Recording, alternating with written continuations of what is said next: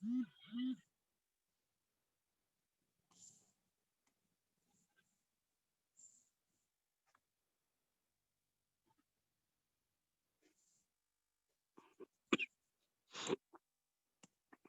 morning, dear students.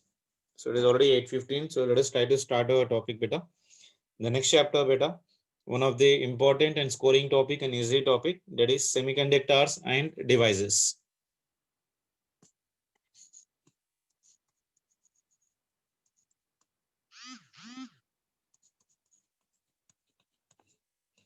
Semiconductors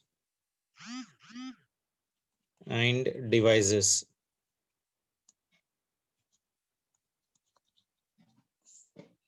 A lot of theory has been involved in this, beta. So make sure that you make an habit of doing your NCRT and try to do the NCRT, all these old examples from this topic, because sometimes, as usually, the direct questions are being asked in your mains, because NTA takes the questions only based on your NCRT, not from any external sources. So be a little bit careful and try to make an habit of doing the NCRT for this chapter, especially because we have a lot of theoretical questions based upon the semiconductors and devices part affiliation. Okay. Now, before we start with your semiconductors part affiliation, let us try to first understand what do you mean by the conductors, insulators, then where does semiconductors have been come, what is the use of that one basically. So if I'm talking about the classification of the all solids which have been present in the conditions, like say if I'm talking about your classification of solids. Now tell me, solids have been defined based on what, beta? Their conductivity. Like in current electricity, we define the metals which have been used for the flow of your current. So on the basis of their conductivity or relative values of electrical conductivity and resistivity, the solids can be classified into the metal conductors, insulators, semiconductors, elemental semiconductors, compound semiconductors, that all things have been conditions. So what I can say right now here, on the basis of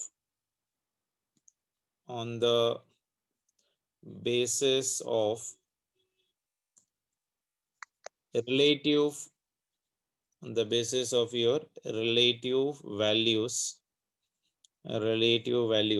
of electrical conductivity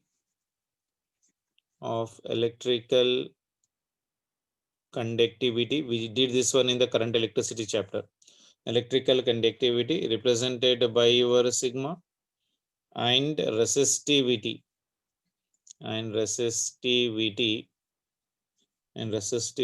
rho. The solids can be classified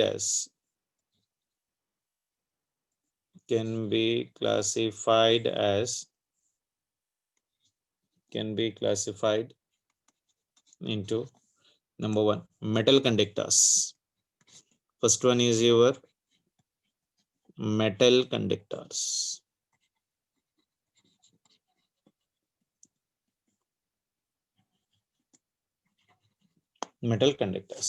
So these are like solids, beta, which have very high conductivity and as well as of your low resistivity part affiliation, like say silver, copper, gold, aluminum. These are all the solids which have very high conductivity and low resistivity part affiliation. So I can say these are solids which have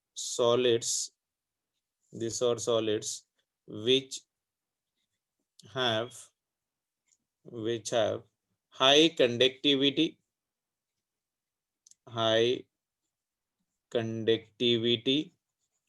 and low resistivity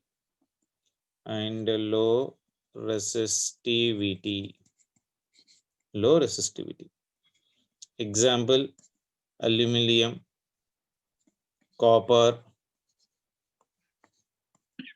silver, etc. Ag is nothing but what, beta? Silver kada. Ag is nothing but silver. Silver is the best metal conductor, beta. This one is your best metal conductor.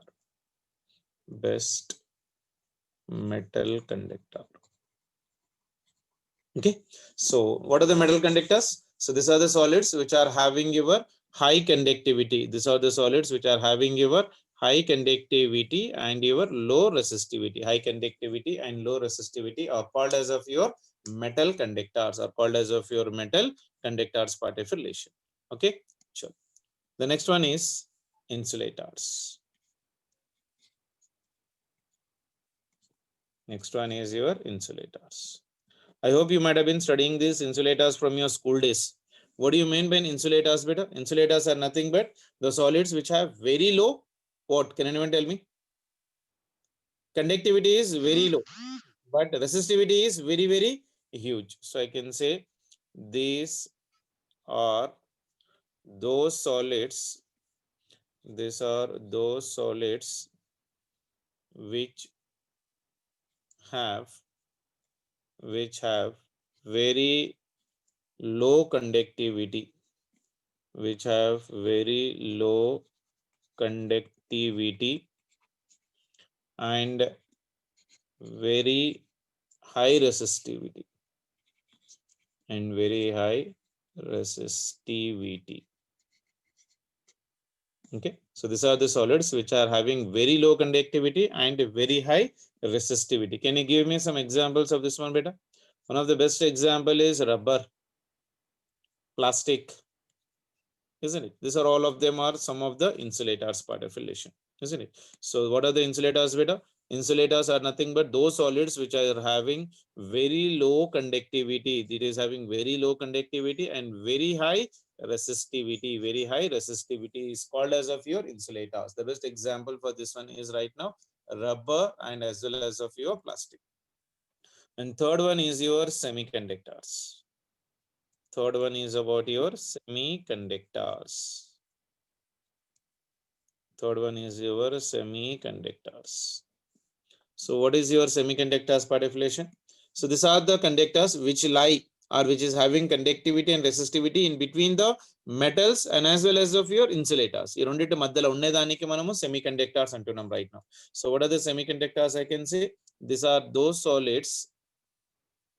These are those solids.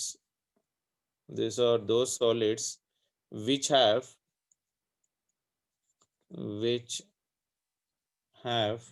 conductivity, which have conductivity and resistivity in between, resistivity in between metals and insulators. Metals and insulators. Okay, now. So what do you mean by semiconductors, beta? Semiconductors are those solids which are having your conductivity and resistivity. They are having your conductivity and resistivity in between what, beta? Metals and as well as of your insulators. In between the metals and as well as of your insulators part of relation. The best example which we come across in our topic is your silicon, germanium. These are all the elements which have been taken, like if a fourth group element, antimony, bismuth. So some of the good elements anyhow, but it's the best semiconductors what we can take is right now for me your silicon and as well as of your germanium, etc.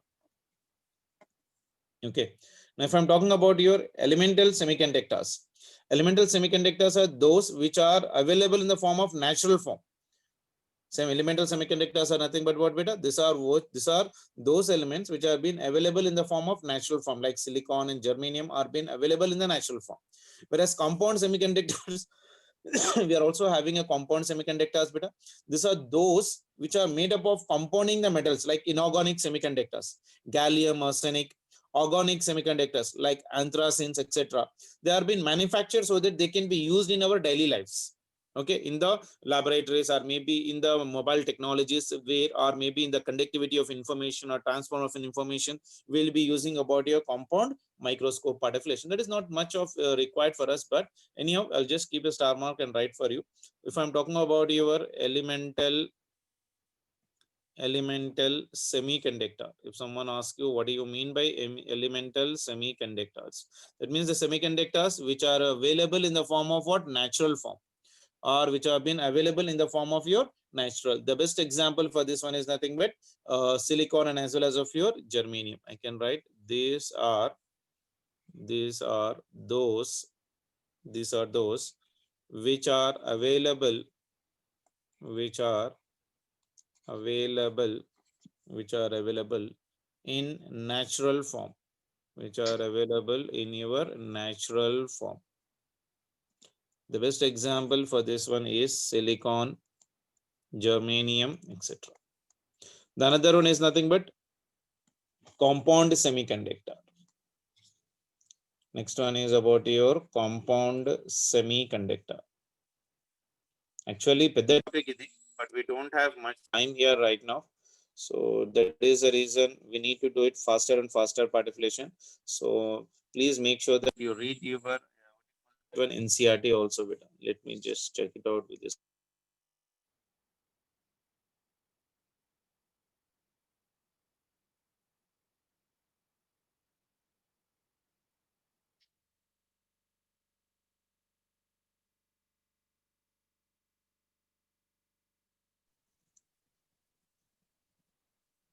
Okay. Am I audible, beta? Chalo. Compound semiconductor. Compound semiconductors. What do you mean by compound semiconductors? I told you these are the compounds which have been manufactured, so they can be used by compounding some metals part of relation. So I can say this one. These are those. These are those which are which are made of or which are made by compounding, which are made by your compounding the metals, compounding the metals. Examples I can say inorganic semiconductors. If I'm talking about your inorganic semiconductors, inorganic semiconductors. The best example for this one is of your gallium arsenic. You can write in the bracket. This one is your gallium arsenic. Okay. The another one is about your organic semiconductors. Organic semiconductors. Organic semiconductors. Okay. The best example for this one is your anthracene. Okay. ఇంకా చాలా ఉన్నాయి, but some of them which I could able to remember right now is nothing but anthracene sometime, which have been used in the what do you call that one, manufacturing conditions like of your mobiles or maybe your technology related given conditions. We'll be using this relation for the manufacturing of a storage capacities or something like that for that one. So these are all the semiconductors which have been used in the computers a lot for the storage of information or transfer of information, or to build the capacity of your conductivity of your material. That all will be using this given condition. So I can say this, these are being manufactured, these are manufactured, these are manufactured so that they can be used, so that they can be used. Okay. So by the combination, that means laboratory method of preparation in thinking like physical, isn't it? So these are the something which you need to remember before we start our chapter, that is about your semiconductors and your devices. This is today's date 29/12/2020. So almost all like ending chapter of the second year beta, semiconductors and devices. So in the classification of the solids on the basis of your relative values of your electrical conductivity, basing upon your relative values of your electrical conductivity and as well as of your resistivity, and as well as of your resistivity, the solids are being classified into your metal conductors, insulators, semiconductors. And semiconductors again further are being divided into your elemental semiconductors and as well as of your compound semiconductors part of relation. Okay. Sure. Let us try to go for next one. Energy band diagrams.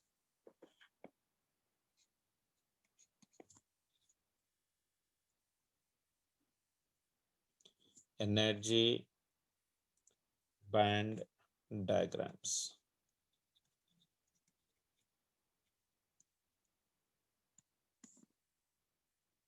Energy band diagrams for solids. We're talking about the solids. Actually, there is a good diagram in your NCRT beta. If you can have that NCRT, you can just keep beside you. I can see it out right now. That all diagram drawing for me is right now little bit of your difficult for me part of relation.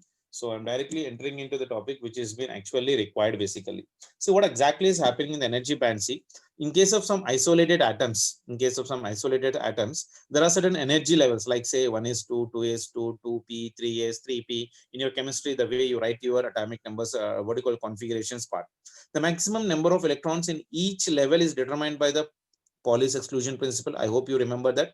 As energy level consists of several quantum states and number of quantum states can be contained more than one electron part affiliation. So the energy band in which the energy levels in which these electrons have been present are called as of your energy bands part affiliation. So what I'm exactly trying to tell you, in some of your isolated atoms, there are certain energy levels like 1s2, 2s2, like 2p, 3s, 3p, etc. And the maximum number of electrons in each level, how can you determine beta? You know it from the chemistry level, that is by your Pauli's exclusion principle part affiliation. And they have several quantum states, and number of quantum states can contain more than one electron. Like in the first orbit, I can take 2, in the second orbit, 2s2 and 2p, we are having 6 plus 2, that is nothing but 8 electrons like that.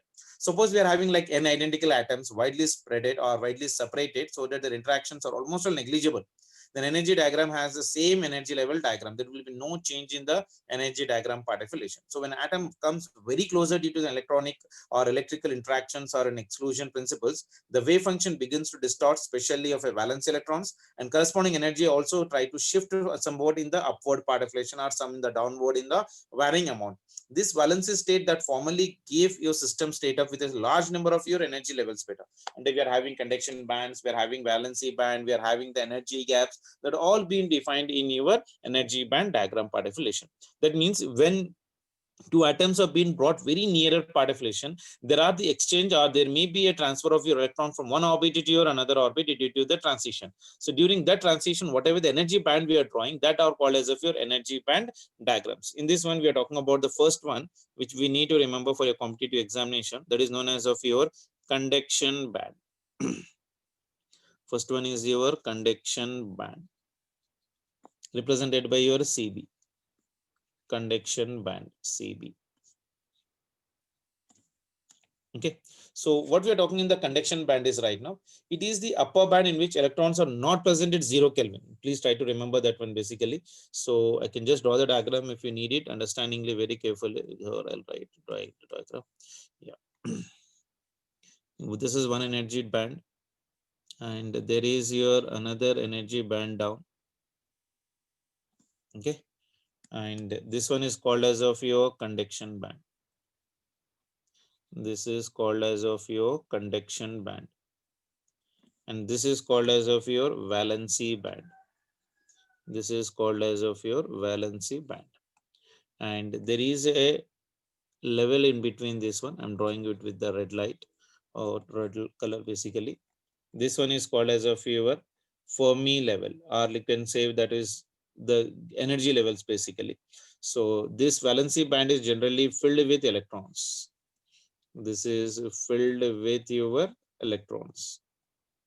Like in sodium, what is the valency electron beta? Can anyone tell me? And this one is your vacant. This is your vacant. Okay, so the energy gap which has been present in this one. Which color I can take? Yeah, the color already in there. Take this one. Take the good one.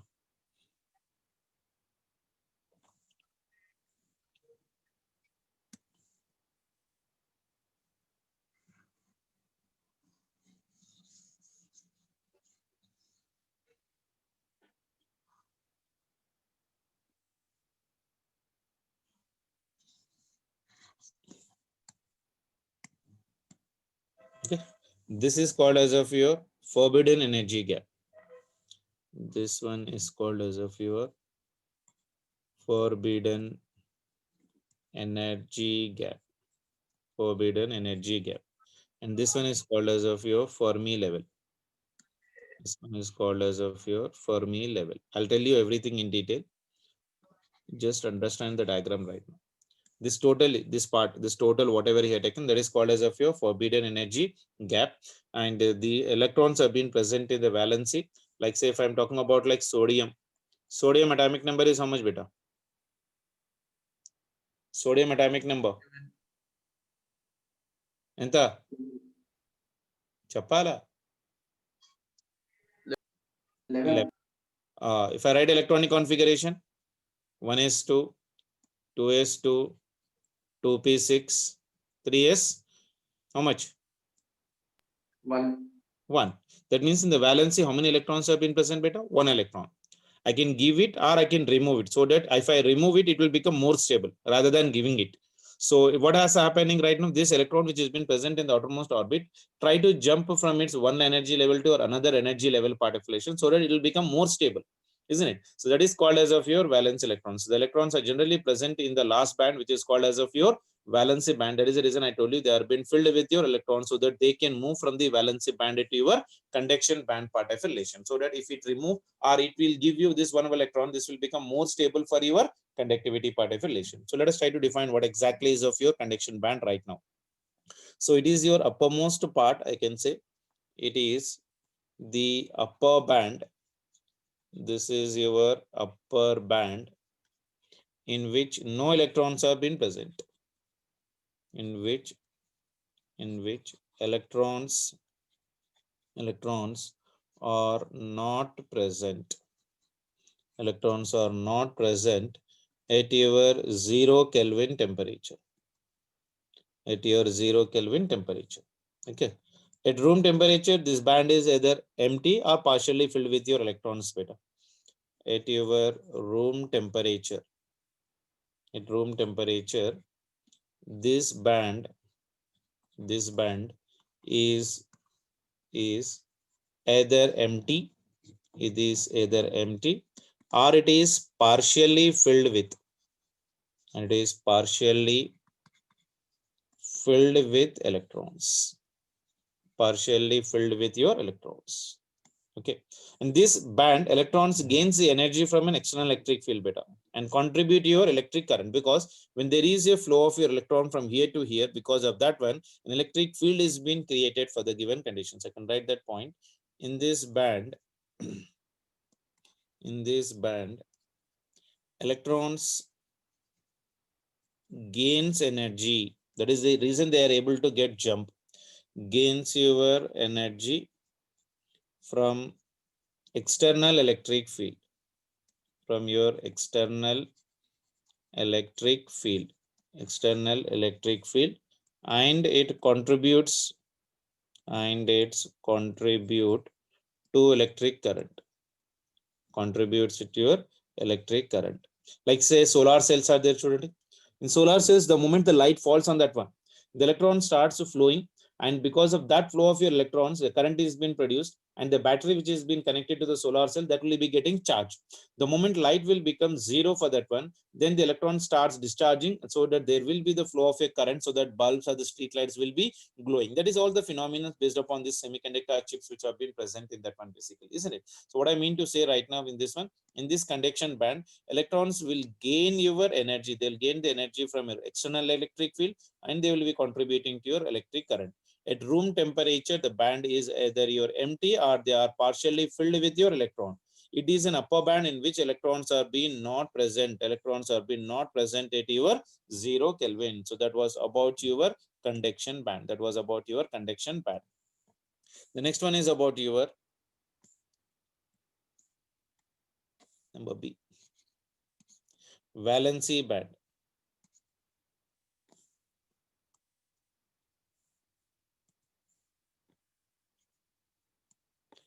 Valency band. It is the lower band beta, which is belonging to the valency electrons for any given crystal, whatever you are writing for the given particulation. So I can say that it is the lower band. It is the lower band belonging to valency electrons. Valency electrons of given crystals. Okay, like say here I have drawn it. So in which electrons have been filled, isn't it? So the electrons, it is the lower band belonging to what? Valency electrons of your given crystal. This band may be partially or completely filled with electrons beta. That is the reason. And this band is never empty, never empty particle, unless and until it gives certain external energy to remove it from the outermost orbit particle. So I can say that this band may be partially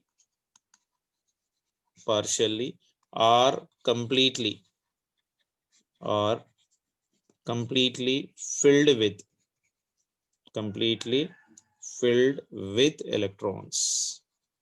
completely filled with electrons. So this band is never empty.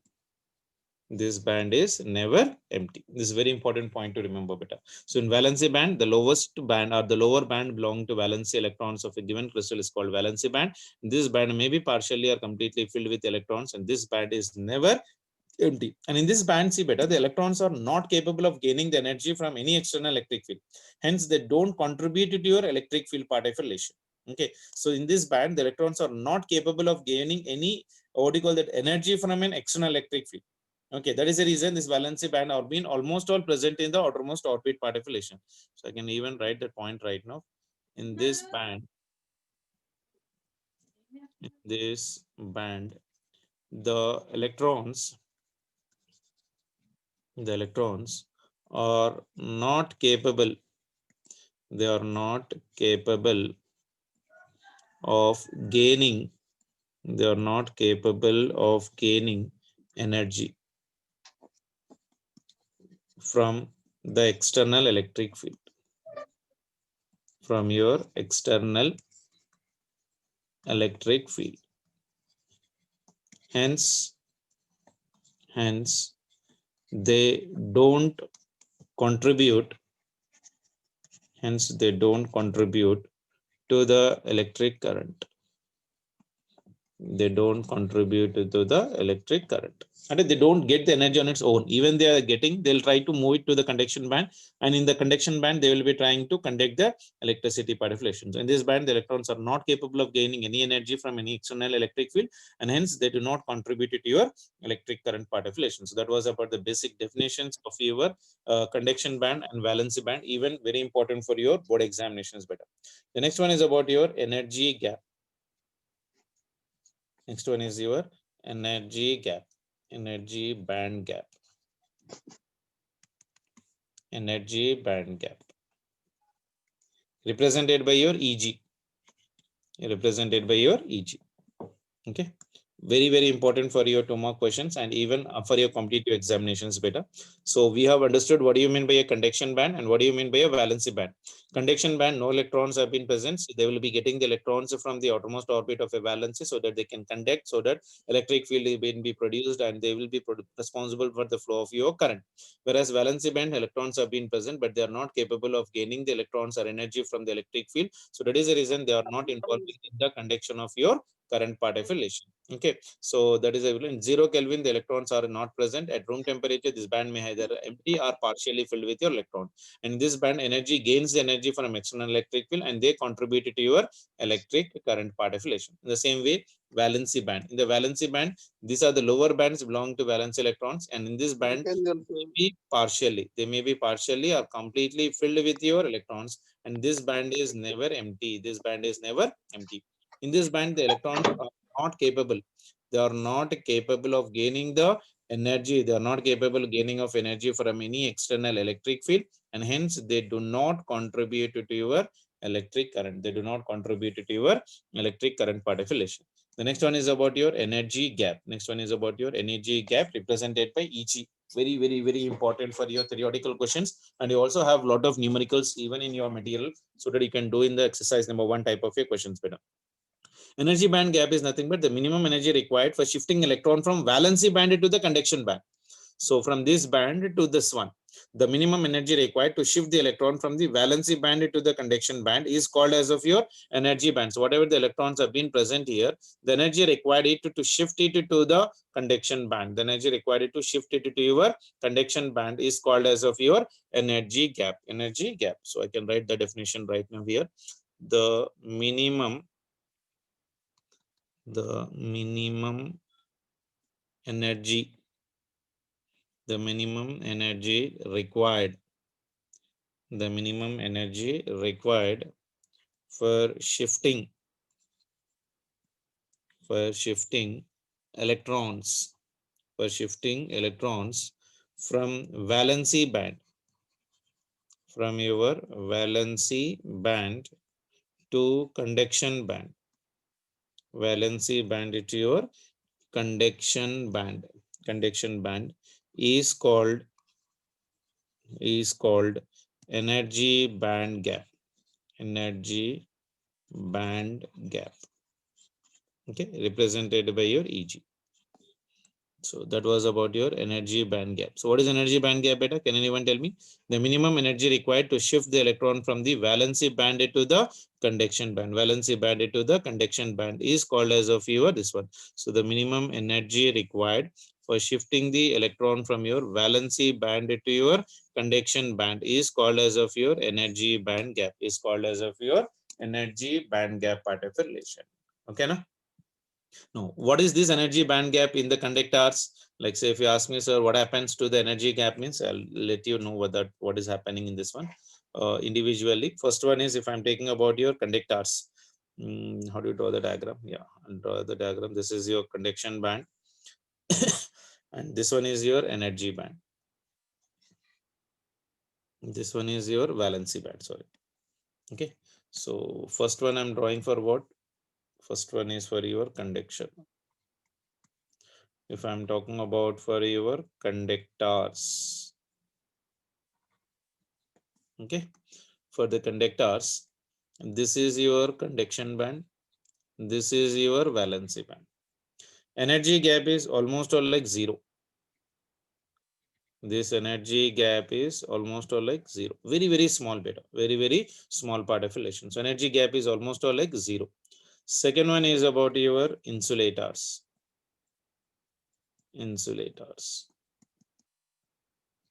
See, when energy gap is very low or is almost zero, the electrons can very easily jump from this electron from this one to your conduction band. So we don't require that much amount of your energy part. So it can easily jump from one orbit to your another, from valency band to your conduction band. In the insulators, what is happening, you see right now, in the insulators, what is happening is, so this is your conduction band and this one is your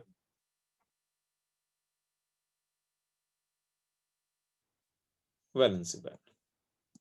Okay, so this is your conduction band and this is your valency band. So the energy gap between them, whatever we are taking this energy gap beta, energy gap is very large. Energy gap is very large. Okay, the best example for the conductors are, can anyone tell me what are the best examples for conductor? Examples for your conductors are metals like copper, aluminum, silver, gold. AU is nothing but what for me? Gold, etc. Okay, in this one energy gap is very huge, conduction band, and this one, this is your energy gap. Energy gap is very large, is much greater. Energy gap is much greater.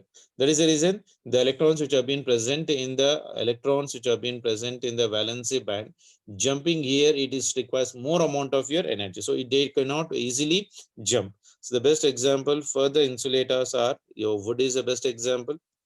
I already told you rubber, isn't it? Plastic. These are all of the examples of your insulators part of relation. And the next one is about your semiconductors. Next one is about your semiconductors. So basing on energy gaps, we can identify what are the conductors, what are insulators, and what are your semiconductors part of relation. So now in this one is your energy gap. This is your conduction band and this one is your valency band. Okay, and the energy gap in this one, this energy gap, whatever you are taking, this energy gap is equals to 1 electron volt. Okay, It has your 1 electron volt part deflection, and we can somewhere very lesser part deflection, so that you can easily conduct, and we don't require that much amount of your energy as of your conduction band. So sorry, as of your insulator. This is your conduction band, and this is your what is this one beta? Valency band. Example for this one is silicon, germanium.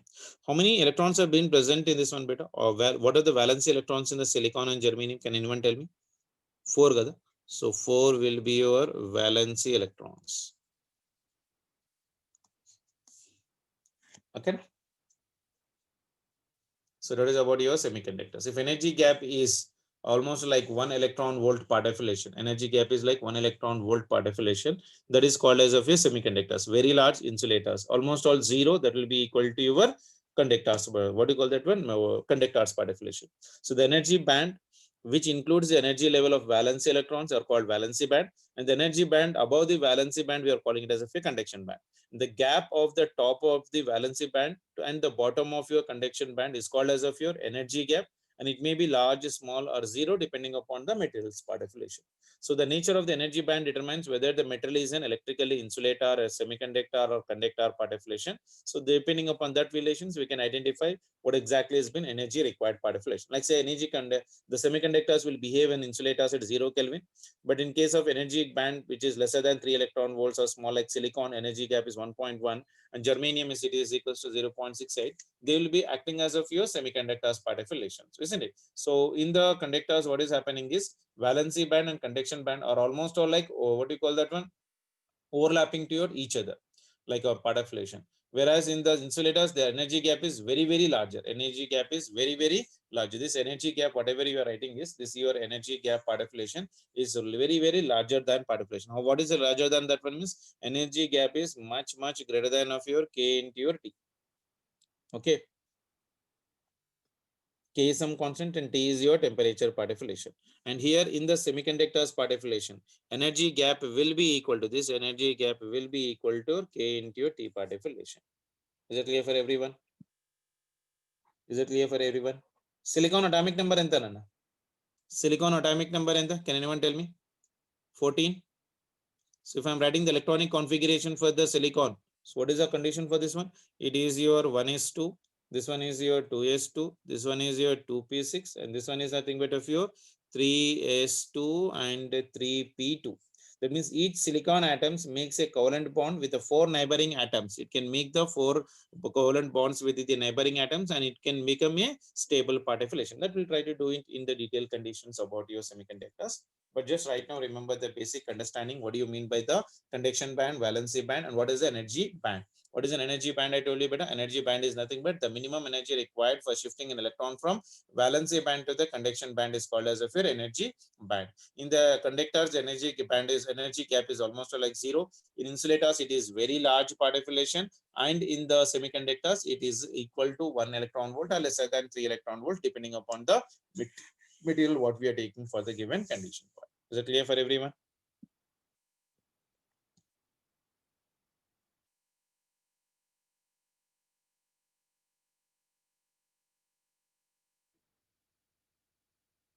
So I hope everyone got an idea. What do you mean by the valency band, conduction band, energy band?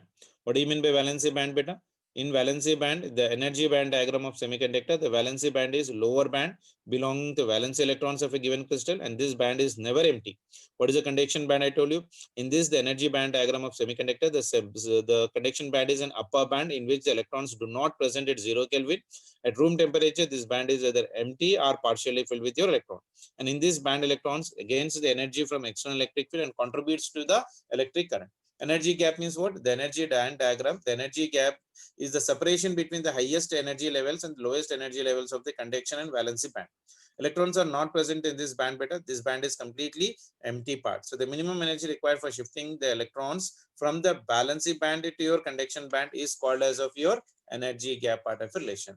Is it clear for everyone? Is it clear for everyone?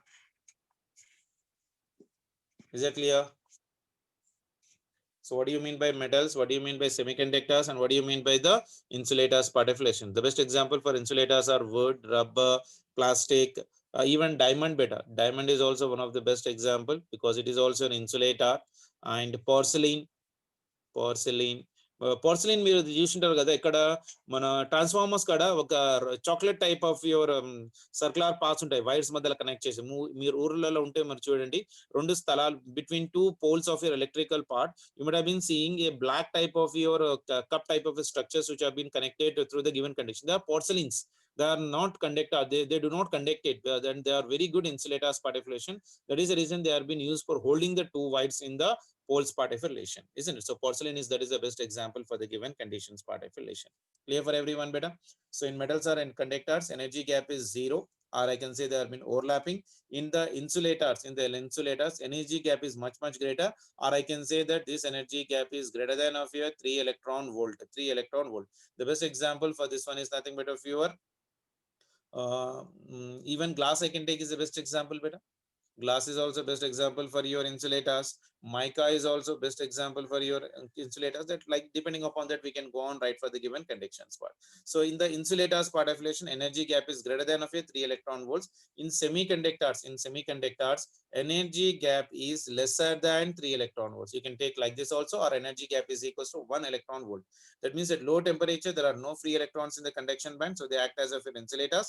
At high temperature, free electrons gets in the conductors and they will start conducting part of relation. Is that clear for everyone? Is that clear for everyone? Sure. In this one, let us try to define one more small term that is called as of your thermal voltage. What do you mean by your thermal voltage? Now tell me, how do you move these electrons from the electron band, valency band to this one, beta? By the light, by certain light of suitable frequency when it has been incident, these electrons will be jumping from one orbit to the another orbit part of relation. So that is the reason there will be the flow of your current in the given conductor. That all manufacturing will learn in your higher studies in your engineering courses, beta. So let us try to go for the next one. What do you mean by your thermal voltage? Thermal voltage is also called as of your voltage equivalent to temperature, beta. It is volt equivalent. It is a volt equivalent of temperature. Okay. Our energy temperature has certain voltage part of relation, I can say. Energy temperature has certain voltage. That voltage is given by the relation V is equals to your K into capital T divided by your Q. K is your Boltzmann's constant, beta, some constant part of relation. K is your Boltzmann constant. Can anyone tell me what is the value of a Boltzmann's constant? Can anyone tell me what is the value of Boltzmann's constant? 1.38 into 10 to the power of enter minus 23. Unit is joule per Kelvin. Q is nothing but what, beta? Electric charge. Q is nothing but here right now electric charge. So charge of your electron, it is how much for me? 1.6 into 10 to the power of minus 19 coulomb. So if I'm substituting that values, I'll be getting volt temperature. Our thermal voltage will be equal to your capital T divided by K by Q value is going to approximately 1600. That means at room temperature, if I'm talking about at room temperature means how much, beta? 300 Kelvin. Thermal voltage is equals to 26 millivolt. It is a voltage which is always existing, but we are not feeling because it is very less. And this is a minimum temperature which has been present for every body at room temperature, like a metal which has been kept in your home, or maybe a book, or maybe a metal plate, maybe your laptop, maybe your phone, isn't it? So these are all the room temperatures at which the minimum temperature which has been present. That is how much for me? 26 millivolt. I mean to say, I can write this point. It is the voltage. It is voltage which is always present, which is always existing, but we are not feeling it, because it is very less, okay. At 0 Kelvin, if I am talking about at 0 Kelvin, at your 0 Kelvin, the thermal voltage will be equal to 0 volt, will be your 0 volt. So these are the some of the values which you need to remember better. Roughly, just for your understanding, I'm telling you these values. This is a thermal voltage formula. That is K into T divided by capital Q. K is your Boltzmann's constant, T is your absolute temperature, and Q is your electric charge part of relation. Is it clear for everyone?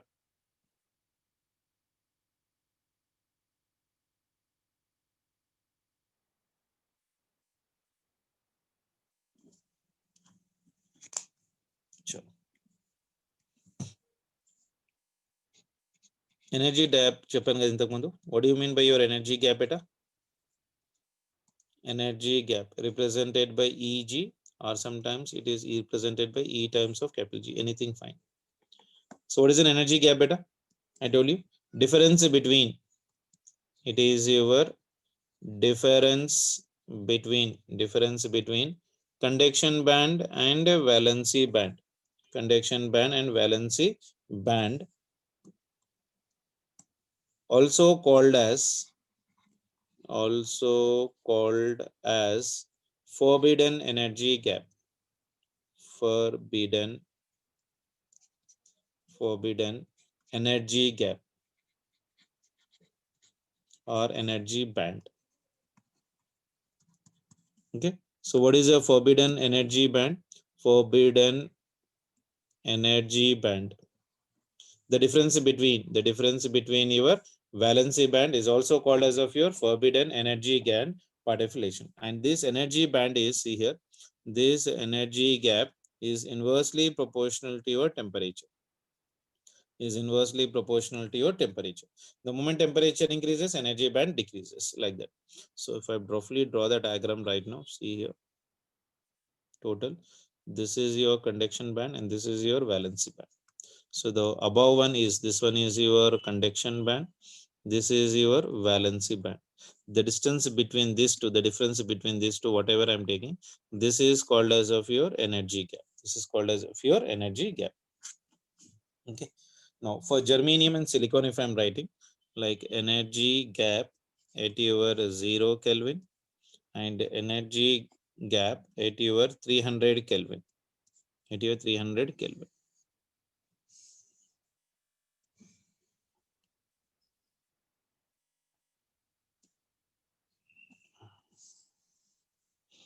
This is for your germanium, this is for your silicon. This is constant values better, approximately you try to remember it. It is 0.785 electron volt, and at room temperature the value is 0.72 electron volt.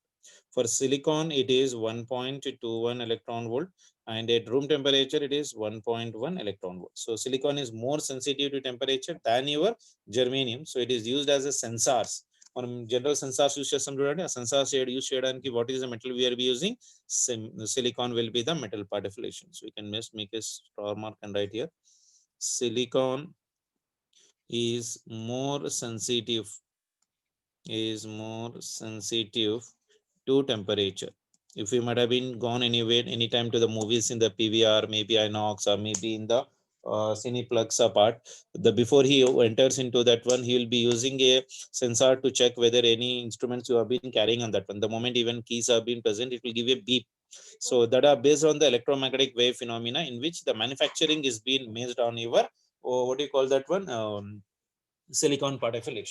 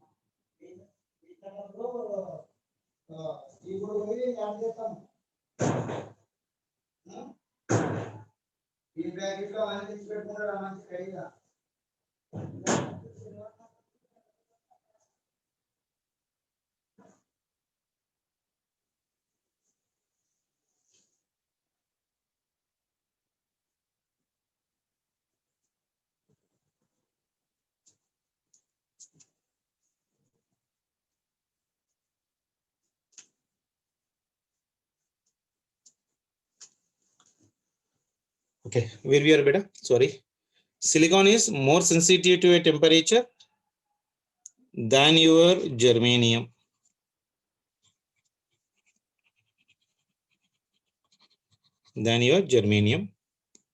So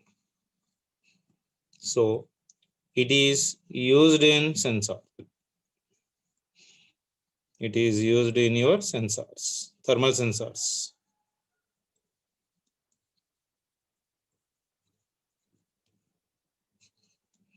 Okay.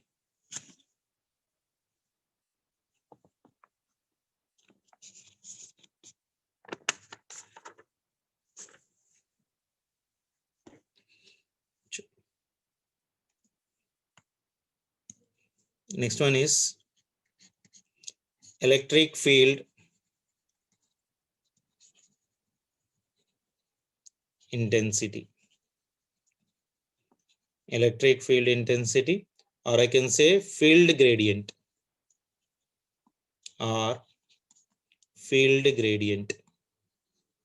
Field gradient. What do you mean by gradient, beta? Evarana cheppagaltara? I told you so many times this one. Electrostatics lo kuda cheppanu nenu. What do you mean by gradient? What do you mean by gradient? Anything divided by length is known as gradient. Like pressure divided by length, pressure gradient. In heat transfer in the first year chapter also you come. Temperature divided by length, temperature gradient, thermal conductivity. And here electric field divided by length is called as of your electric field intensity. Is called as of your electric field intensity. Already told you this one electrostatics chapter. Electric field E is equals to minus of your dV by your dx. Unit is volt per meter. Why I'm defining this electric field means in the conduction band I told you that valency band do not, or they are not having any capable of gaining the energy, so the electric field in this one is zero. Whereas in the conduction band, this energy will gain the energy from external electric field and they will be contributing to the electric current. So that is the reason the electric field which is being provided to this one is by the relation E is equals to minus of dV by your dx, or if I'm writing the magnitude of this one, magnitude of this electric field is equals to your whatever the voltage it is existing in that one, voltage existing divided by space between them. The space or distance between them, I can say space or distance between them. Okay, so that is about your electric field intensity or your field gradient part of relation. Is that clear for everyone? Is that clear for everyone? Like say for example, I'll give you a small example, you'll get much more clarity. Like say for example, I'm having a cell right now here, one negative, one positive part of relation, and this one is connected to your uniform semiconductor. Like say this is some semiconductor to which we are connecting it. Okay, and this is your end A, and this is your end B, and this is your some end C part of relation. Okay, and this is your x is equals to 0, and this is at a distance x is equals to 1 micrometer. That means the total distance of this uniform semiconductor. I can write here inside uniform semiconductor. This is your uniform semiconductor. So distance of this semiconductor is how much for me? 1 micrometer. 1 micrometer. If my question for you is, find magnitude of electric field at B. First question. Number 2, find magnitude of electric field at C. Third question. Find magnitude of electric field at X. At your X. At B, at C, X. X is nothing but of your A. We'll take it as of your A. Okay. Now tell me what will be the answer for this one. Can anyone tell me? What is the electric field beta? Electric field formula in the electric field at your B magnitude will be equal to potential of your B divided by your distance of B. Potential of the B is not given. If like say if I'm giving you this potential is equal to some 1 volt I'm applying. It can be anything depending upon the given condition. So if I'm applying that 1 volt, so that means the answer for this one will come for me how much better? It is 1 divided by 1 micrometer at B. The distance is how much? 1 micron, 10 to the power of minus 6. That means this is 10 to the power of 6 volt per meter will be the electric field at a point B. The same way if I'm talking about electric field at your C will be equal to potential at your C divided by your X at your C. So potential at C means exactly half of that one. So what will be the value for that one beta? It will be equal to 0.5 volt divided by this will become for me 0.5 micrometers. That means that will be equal to how much? This one will get cancelled. This one is also 10 to the power of 6 micrometers. Now what is the potential at your C part? Potential at your C is equal to 0.5 volt and not 1 volt because potential is directly proportional to the length. I hope that point you know it already from your current electricity chapter, but I'm writing here potential at C is equals to 0.5 volt but not 1 volt because potential is directly proportional to length because V is equals to I into R, V is equals to I into R, that is equals to I, R is equals to rho into L by your E. For the length L, potential is directly proportional. Length is becoming half. Potential also will become for me your half part deflection. That is the reason here the potential I have taken as of your 0.5. So uniform semiconductor bar electric field is constant part deflection. At your X is equals to 0. At X is equals to your 0 part deflection. So anything divided by 0 is how much better? Same, no? So I can right now ultimately write the given condition, keeping a star mark right now here. In uniform semiconductor bar, electric field is constant throughout. Electric field is constant throughout. That means if I'm drawing a graph for this one, electric field versus your X for a uniform bar. So this is your electric field versus your X. Can you tell me what will be the type of a graph I'll be getting better? It will be a straight line parallel to your X axis. Because at electric field at C is how much we are getting? So 10 to the power of 6. At C is also 10 to the power of 6. And at your, what do you call that one? X is equals to 0 also the same condition. Because your X value 0 is there. Electron field is nothing but equal to your 1 volt part deflection. Is it clear for everyone? Is it clear? If length is 0, potential will also become for me 0. So electric field at your point of your A will be equal to how much for me? Negative. Is that clear? Is it clear for everyone? I hope you got an idea how to calculate this one. Isn't it? Sure. Next one is one more small term. Let us try to define in this one. That is about your mobility. ఇది కూడా నేను already చెప్పాను మీకు. Mobility.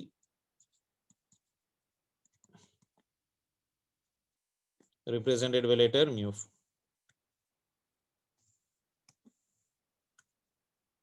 Okay, mobility.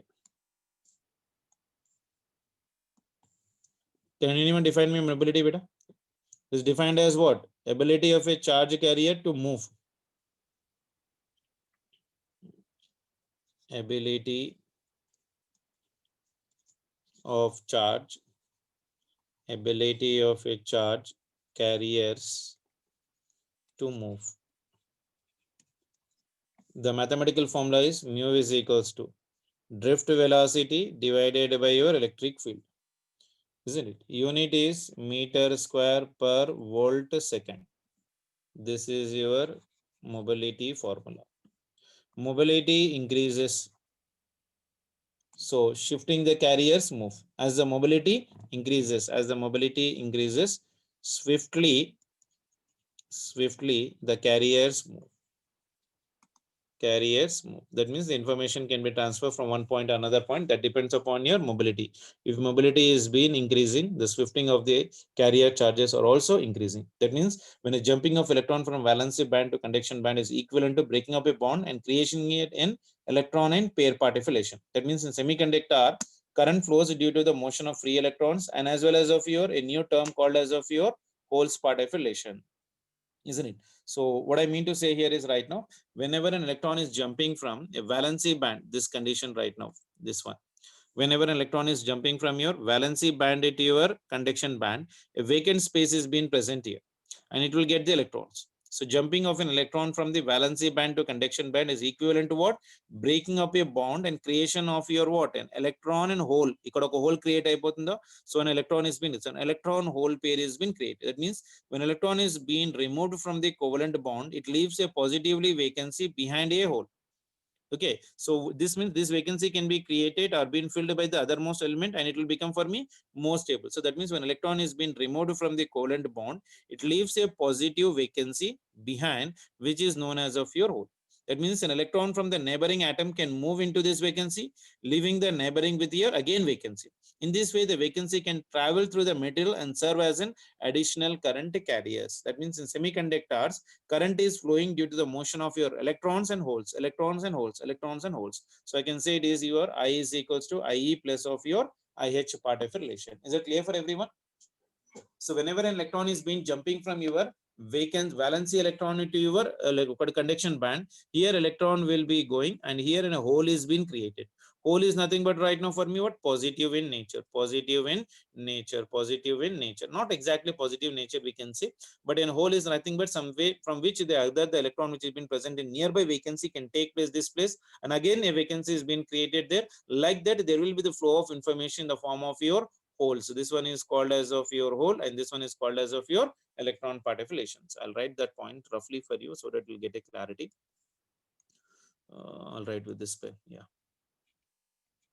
Okay. So what I mean to say is jumping of an electron, from valency band to your conduction band, valency band to your conduction band is equivalent to, it is something equivalent to breaking up a bond, and creation of, and it is a creation of your electron hole pair, electron and hole pair. Okay, so the vacancy which has been created is called as hole. That is the reason it is a combination of your electron and as well as of your hole. So when electron is being jumping, you can write with the other pen. Yeah. So when an electron is removed from, when electron is removed from a covalent bond,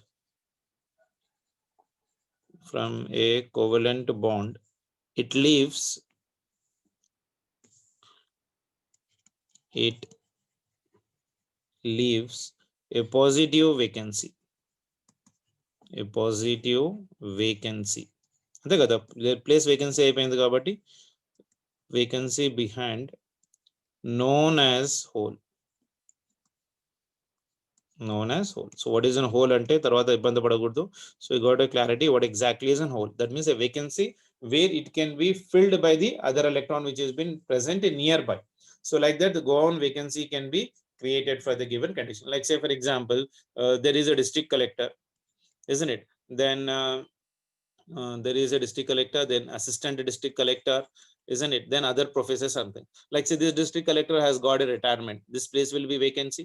So what happened, the next senior most person will take place, this place again will be vacant, the lower position of this person will get upgraded. Like that, the lower positions will be getting upgraded. That is called as of a part. That means when this is been removed, that means when this fellow is getting retired, a vacancy is being created. That is a positive energy gada, isn't? Because here someone is going to higher energy level. So that is the reason we are calling that hole as of your positive nature part of relation. Anyhow, roughly I made you to understand it. I hope you got an idea what do you mean this one. So when electron is jumping, when electron is being removed from a covalent bond, it leaves a positive vacancy behind, which is known as of your hole part of relation.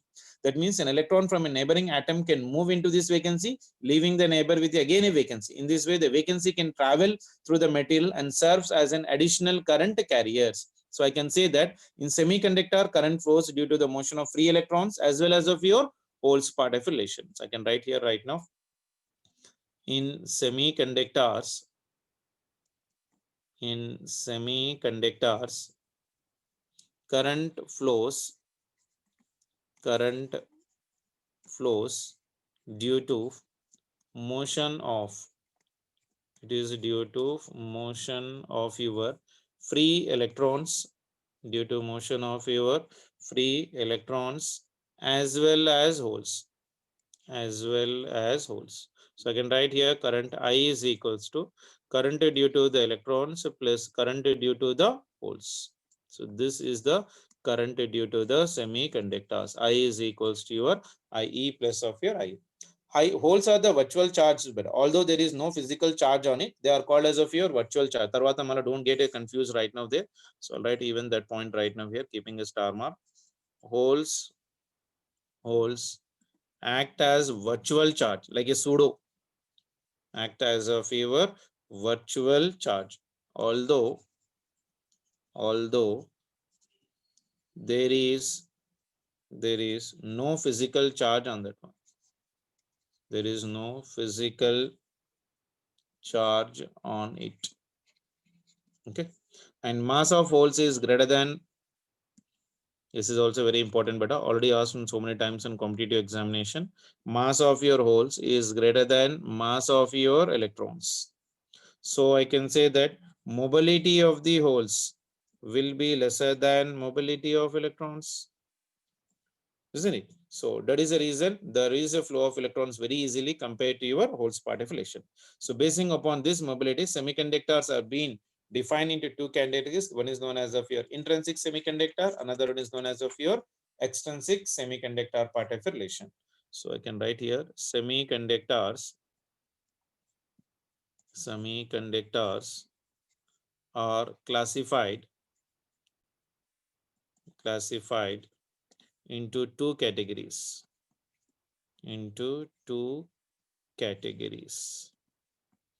Number one, intrinsic semiconductor. And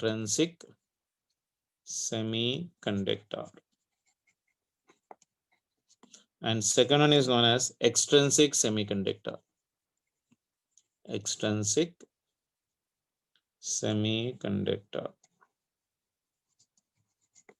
Okay, so semiconductors are classified into your two categories. One is your intrinsic semiconductor, another one is nothing but of your extrinsic semiconductor as part of relation. So we'll try to do in detail about what do you mean by your extrinsic semiconductor and what do you mean by your intrinsic semiconductor as part of relation, and what will be the propagation of your charge carriers in the given conditions part of relations, and what do you mean by the valence band theory. That all we'll try to do it in the further session of your classes basically.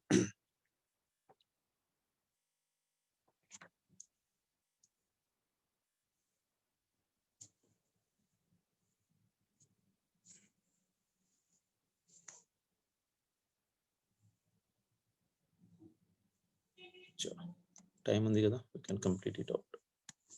Take the first side heading, intrinsic semiconductor. Intrinsic semiconductor.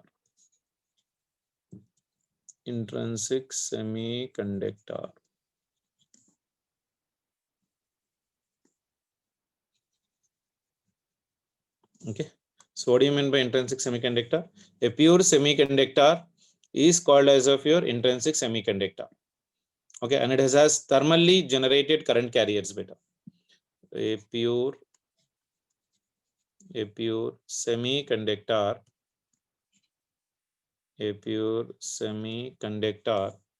is called intrinsic semiconductor.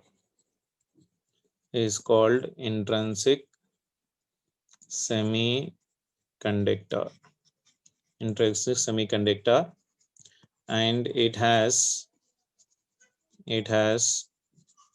thermally generated current carriers. Example, pure silicon, pure germanium.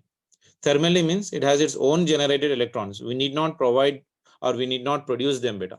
So when I'm using a word right now here, thermally means because of heat. Okay, thermally means it has its own electrons or its own generated electrons. It has own generated electrons. We need not produce them. We need not produce them.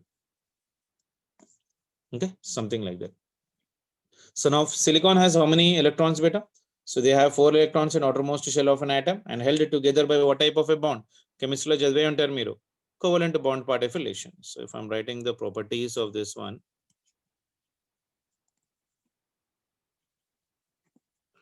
the first property of this one is something like this. They have 4 electrons in outermost shell of your atoms, and they are held together by covalent bond. They are held together by your covalent bond. Tea తాగుతున్నారా? మరి ఎక్కువ theory అయిపోతుంది కదా. So what are the properties of an intrinsic semiconductors, beta? They have 4 electrons in the outermost shells of an atom and they are held together by your covalent bond part affiliation. Now free electrons and holes both are the charge carriers in this one, beta. And right here right now, free electrons and holes both are charge carriers. Both are your charge carriers. That means number of electrons in your conduction band will be equal to number of holes in your valency band. Okay, the drift velocity of electrons will be greater than that of your holes, beta. The drift velocity of your electrons is greater than that holes. I told you already. So that point I have written right now. Drift velocity,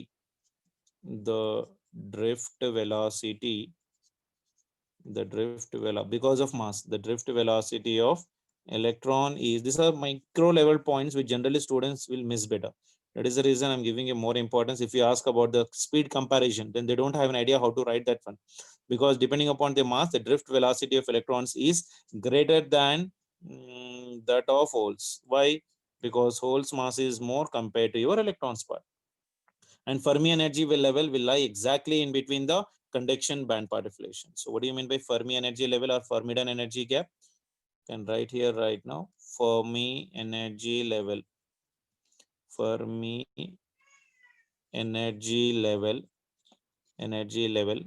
lies in between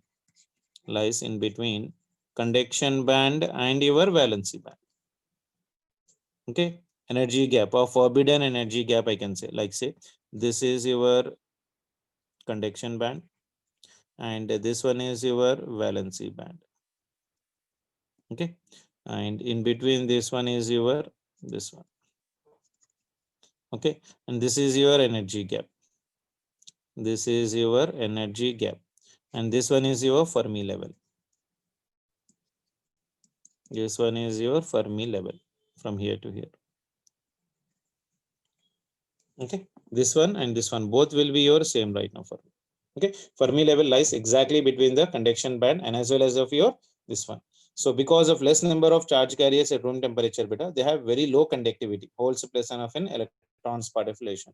So I can say that they have low conductivity.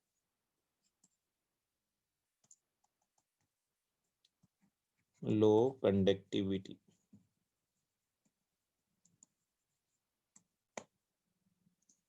Okay, so that will be the formation of your energy band. So what will be created in this one, beta? There will be holes will be created in this one, and electrons will be present in this one. So there will be your electrons in the conduction band and there will be the holes in the valency band. Okay, holes is nothing but what, beta? A vacancy which is being created due to the jumping of your electron from one orbit to your another orbit part affiliation part. That means at low temperature they'll shuttle back and forth from the front and back. When temperature of the germanium is been raised, thermally ionized energy will try to crystallize back, isn't it? So like that we'll be taking the relation. It all depends upon the temperature. If I am increasing the temperature, more and more number of electrons will be conducting and more number of holes are being created in the given condition. Like say if I'm writing for the silicon or germanium, how many valence electrons I told you? For your silicon or for your germanium, how many electrons are there? 4 valency electrons are being present. The crystals like 2D germanium, if I'm writing, like say for example, if I'm writing for germanium, the electrons which have been present in outermost orbit are how much for me? 4 like this. So if I'm taking one more germanium here, so there will be your like this. And if I'm taking one more germanium here right now, there is one electron like this. So 4 electrons which have been present in the outermost orbit. So what is happening is there will be a bonding between these two like this. There will be a bonding between these two like this. Okay, and this will be bonding with one more germanium in the above. This will be bonding with one more germanium in the below. This will be bonding with one more germanium in this direction. This will be bonding with one more germanium, and this electron will be bonding with one more, and this electron will be bonding with one more, and this electron will be bonding with one more, and this electron will be bonding with another. So this type of a crystal will be formed that one.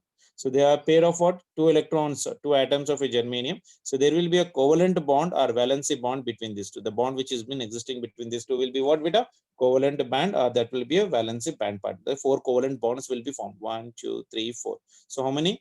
4 covalent bonds can form. I can write here right now. 4 covalent bonds. 4 covalent bonds part of relation will be required. Okay, now is it clear? Okay, so when temperature of the germanium is raised, thermal energy ionizes only the few atoms in the crystal. Because of the breakage of this covalent bond, produces one free electron and one hole in the crystal. So to produce electron and hole, we require certain amount of ionization energy. So that ionization energy of the germanium is less, and for silicon it is nothing but more. Ionization energy is given by the formula. A number of electrons or number of your holes will be equal to. Student, E electrons ni, in order to remove it, we require to heat it, and that means we need to ionize it.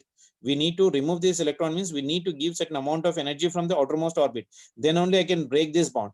If there is a breaking of this bond, means this electron which has been present in the outermost orbit of the vacant germanium will try to shift to the neighbor part of an atom, and a vacancy will be created, and that vacancy will be being filled with one more electron which has been present in the nearby. So like that, the electron and what is one whole electron and hole, because of that one, if there is a continuous motion, that continuous motion of your electron and hole will be responsible for the flow of your current. But to remove this one, I told you that in this one, number of electrons will be equal to your number of your holes. Number of electrons will be equal to your number of your holes, and that is given by the formula n naught exponential to the power of minus of your energy gap divided by 2k into your T. K is your Boltzmann's constant, T is your absolute temperature, Eg is your energy gap, or I can say this one is your ionization energy. This one is nothing but of your ionization energy. Okay, this is your formula we need to remember. Number of electrons or number of holes in your what do you call that one, intrinsic semiconductor is calculated by the formula n naught exponential to the power of minus of Eg divided by 2k into a T part of relation. N naught is a constant beta. N naught is a constant that will be given in the problem. So if temperature is being increased, if temperature capital T is increased, therefore number of electrons and number of holes which have been created will be more. They are being created because of your temperature increasing part of relation. So what is the K here in this one beta? Boltzmann's constant, and T is your absolute temperature part of relation. Is it clear for everyone? Is that clear for everyone? So I hope everyone got an idea what do you mean by your intrinsic semiconductor part of relation. So that is about your intrinsic semiconductor part of relation. Now external conduction in semiconductors. Now how do you increase the conductivity of any intrinsic semiconductors? So that is the next question right now. So I hope you got rough idea related to what do you mean by the what do you call it, intrinsic semiconductors. What do you mean by intrinsic semiconductors beta? So intrinsic semiconductor is nothing but what? A pure semiconductor or a pure germanium or silicon. A pure semiconductor is called as of your intrinsic semiconductor, and it has a thermally generated electron carriers. So this is very important, but a pure germanium or a pure semiconductor is an intrinsic semiconductor. Example is silicon and germanium. So 4 electrons have been present in outermost orbit. So they are forming what type of a bond beta? Covalent bond. And free electrons and holes have both the charge carriers. That means number of electrons in the conduction band will be equal to number of holes in the valency band part of relation. The drift velocity of your electron, the drift velocity of electron is greater than that of your holes part of relation. And Fermi energy level is exactly lying between your conduction band and as well as of your energy band part of relation. And it has a low conductivity because of your low mobility of the given condition. And there are 4 valency electrons and they form 4 covalent bonds part of relation part. So the formula for this one, what I'm writing for this one is, this is an important formula to be remembered. So this is the formula which you need to remember. N electron or N of your holes will be equal to, please check it this one with your NCERT beta if you're having. So whether the formula which I've written is exactly correct, whether you have a minus sign or not, I'm just having a doubt related to that one. You just check it out once, otherwise it is fine basically. Don't know whether how much it is basically.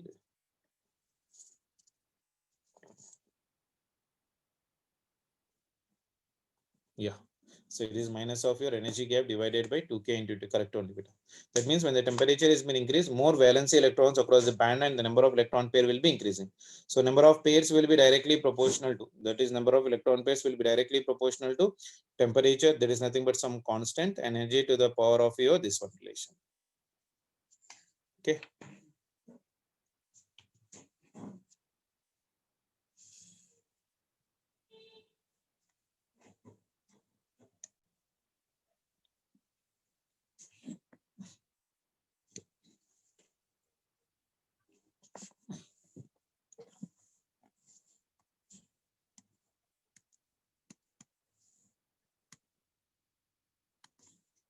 Next one, external conduction in semiconductors.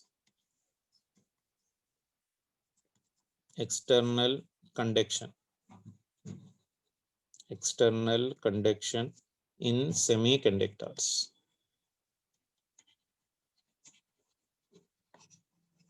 External conduction.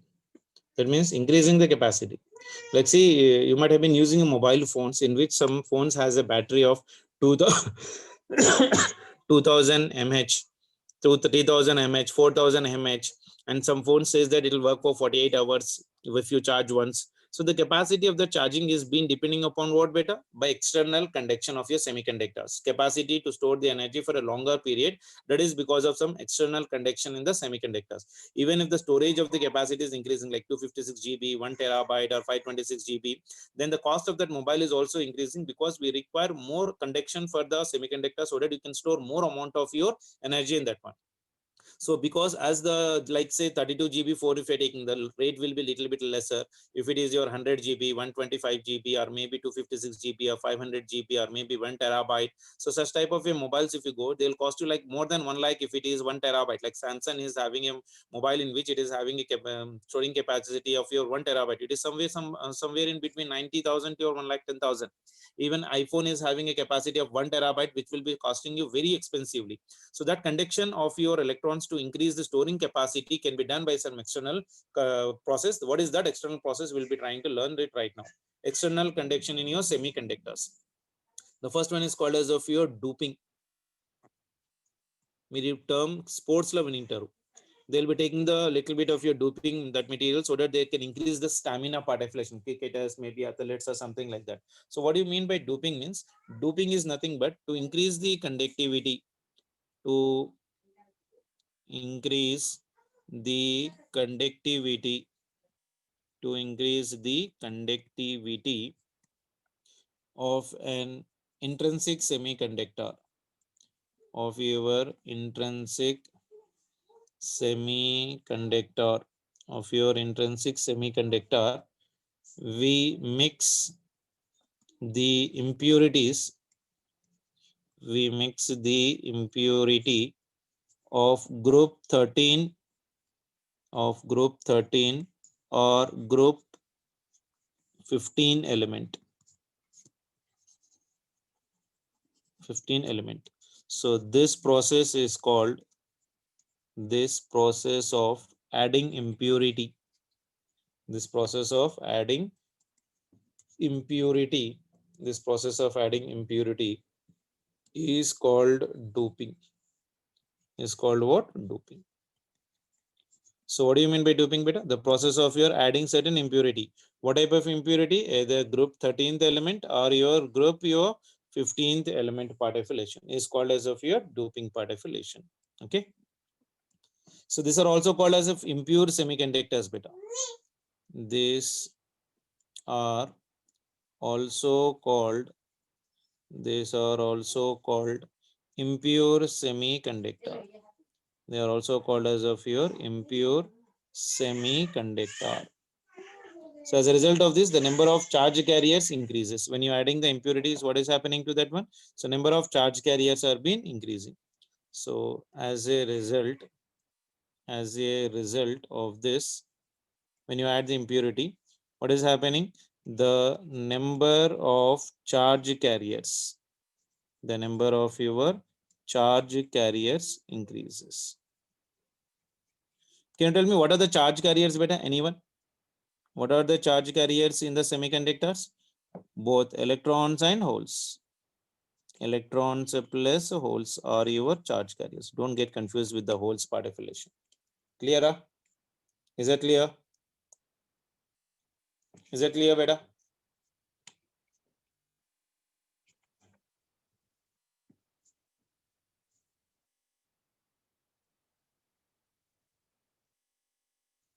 Okay.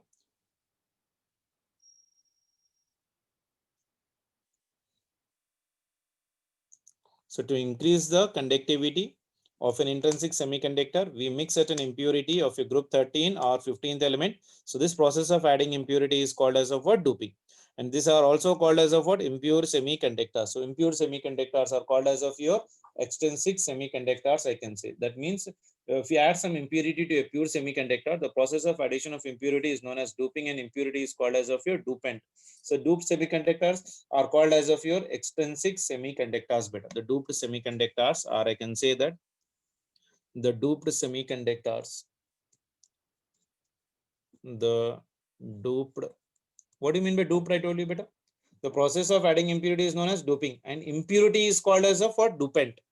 Whatever impurity you are adding, that is called as of your dopant's part affiliation. So the doped semiconductors are known as extrinsic semiconductor. Are known as extrinsic semiconductor. Okay, so that was about your extrinsic semiconductor. The doped semiconductor. What do you mean by doped semiconductor? But Alihane, or write it right now. Impurity is called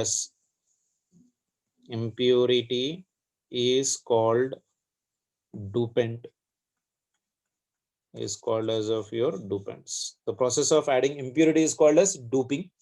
And there are two types of dopants which have been used better. One is about your valency 5, another is of your valency 3. Valency 5 means pentavalent, valency 3 means your trivalent part of relation. So if I'm trying to talk about types of impurities, types of impurities.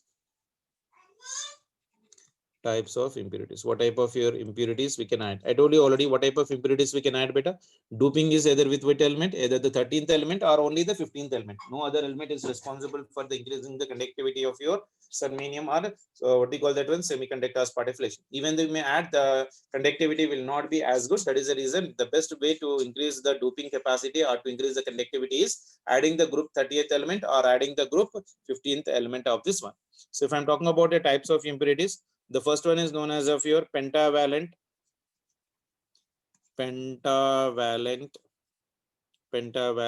impurity.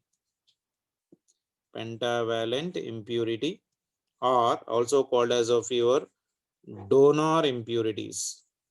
Donor impurities. This is called as of what? Pentavalent impurity, are also called as of what? Donor impurity, or also called as of what? Donor impurity. What do you mean by this one, beta? Elements whose valency shell has 5 electrons are called pentavalent impurity. You already know as in the chemistry part affiliation.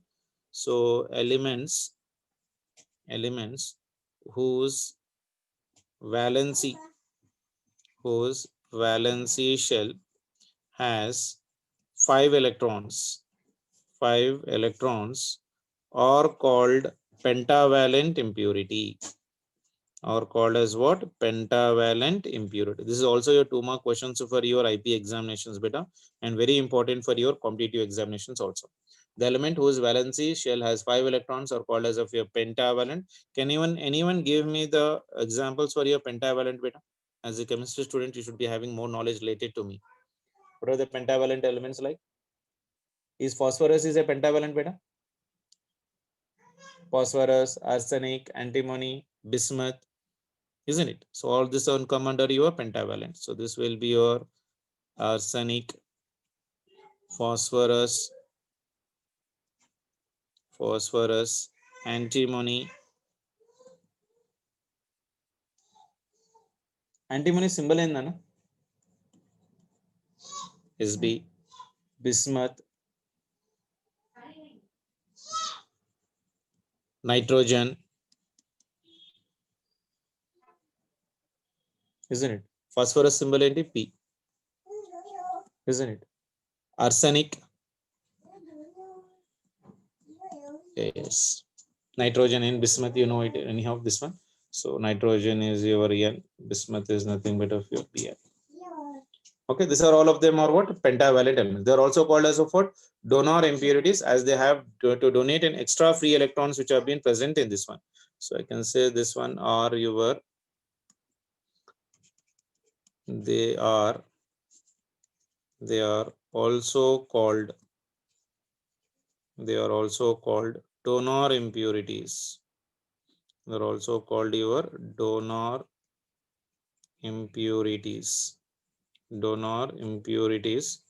As they donate extra free electrons present with them. Extra free electrons. Is that clear? So the dopants which have been used in doping are either trivalent semiconductor, germanium is pentavalent vacancy of A5, or trivalent vacancy or valency of your 3-part affiliation.